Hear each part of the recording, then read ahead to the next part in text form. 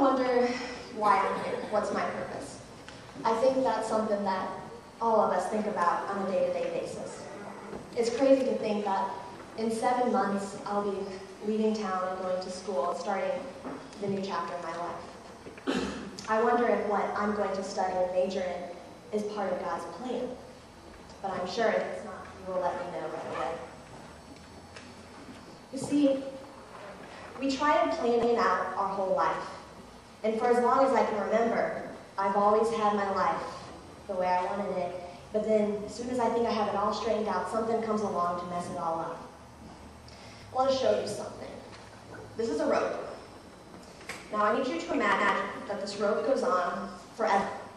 This rope never ends, okay? This rope can wrap around the world 1,000,000 times. It can go all the way to Pluto and back. It just never ends. Now I need you to imagine that this rope is a timeline, okay? It's a timeline of our life. And this part right here, this red part, this is our existence on Earth. We have this short part right here, and then we get all of this. So why do we get so consumed in all the baggage of our life, just in this part? We're blinded by all of the bags, the burdens, the sins, and the troubles, but we're unable to see the millions and millions of years that are yet to come. We think, all right, I gotta work out, I gotta eat healthy during this part, so I can look good during this part, and I gotta study hard during this part, so Mom will let me go out on the weekend during this part. And a lot of you are thinking, I'm gonna save up until here, so I can have a lot of fun on this part. We have it all planned out, right? But what about all of this? What's gonna happen here? You see, ever since I was a little girl,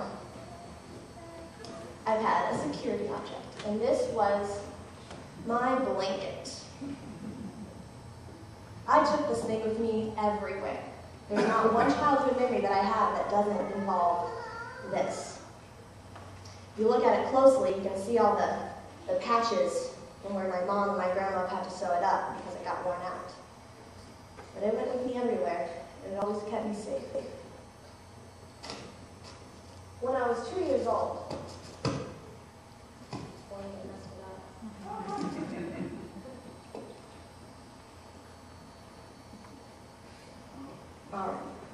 When I was 2 years old, my parents separated. Luckily for me, I was so young, so I don't really remember any of it. And traveling from moms to dads every other weekend came natural to me. It didn't bother me at all. This bag is my sin. It's the heaviest. And this one right here is my troubles. You see, I add something new to these on a day-to-day basis.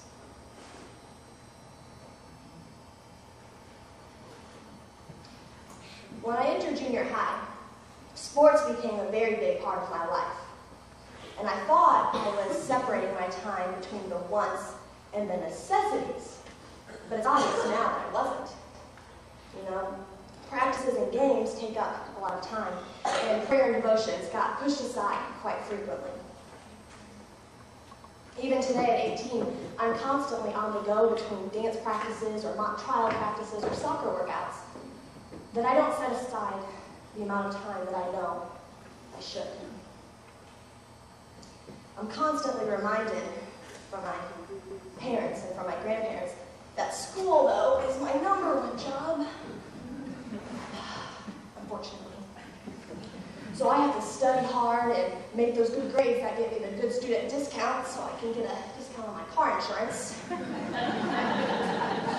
And unfortunately for students my age, there's this thing called senioritis, and it makes it really hard for us to want to study on the weekends, making this homework on Friday nights, which I think that we're going to do. When I turned 16, though, I had a dream. My dream was to drive a convertible. In order to achieve that dream, I had to get a job because pay for it somehow. So, again, all my burdens are getting in the way. Theme of my sermon, figure that out.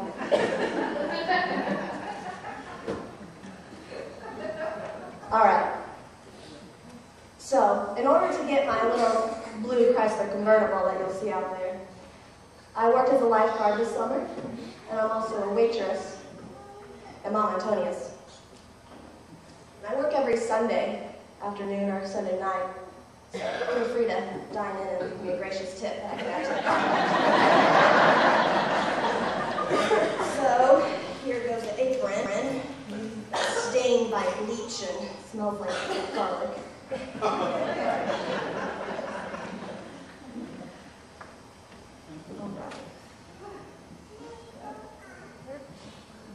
See, it's going to get complicated, isn't it? It's what we carry around with us. All right. Now, I saved the biggest one for last. You see that bag over there? That one? Well, I've been addicted to what's in that bag as soon as I discovered that it existed. I love it and I hate it, but I don't let it go. And I try to stay away from it, but I guess I have withdrawals every so often. Inside that bag is all the boys that I've chased in my life.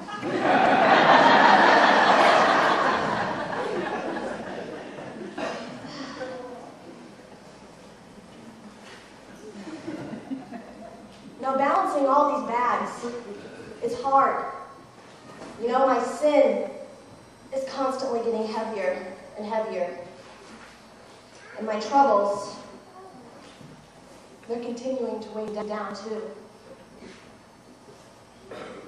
A lot of my troubles that have entered this bag have found their way out after time. But one that hasn't, and one that never will, was the death of a friend and our church family Nick.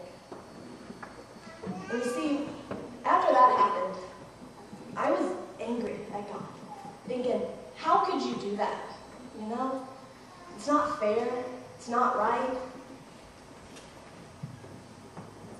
And I believe that, you know, Nick is an angel, and Nick watches over us, and Nick's never left. And through grace, hope, and love, Nick's friends and Nick's family will find peace during those hard times.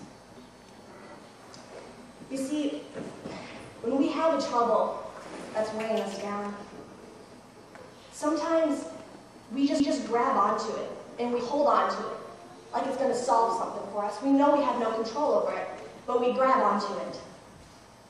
And why not just let it go? I remember Larry was teaching a Sunday school class about anger once, and he asked us, how many of you have been angry this week? Me. This boy bag right here.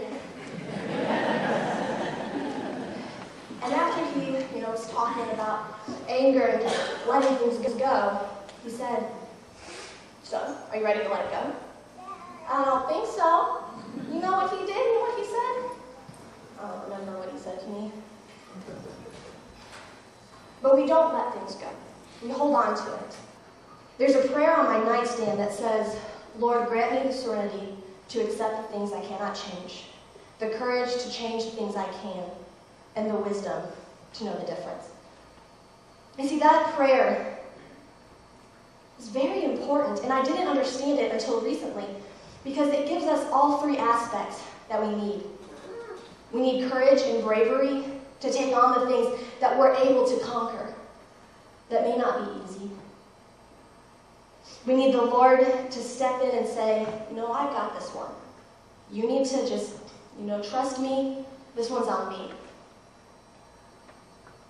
And we need to be wise. We need to have wisdom in knowing that the Lord will take care of us. 1 John 2:6 says that whoever claims to live in him must walk as Jesus did. All right, it's not an option. We can't say, I'm going to be a Christian. I'm going to admire everything about Jesus, but I'm going to live a life that looks nothing like his. We can't do that. You see, we all admire Jesus' how humble he was. But are we willing to be that humble?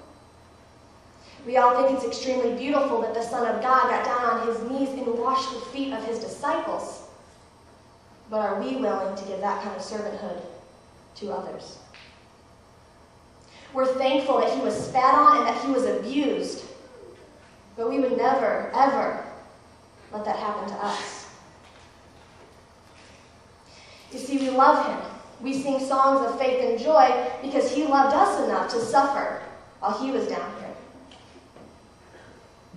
But we're going to make sure that we have fun while we're down here. You see, all of these bags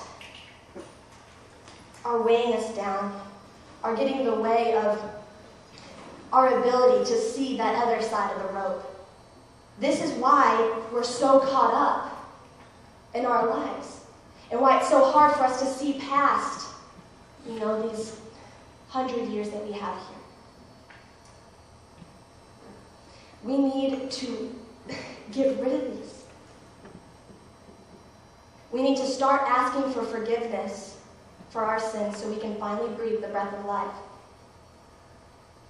We need to take all of our troubles and lay them down at the foot of the cross where the grace and suffering meets.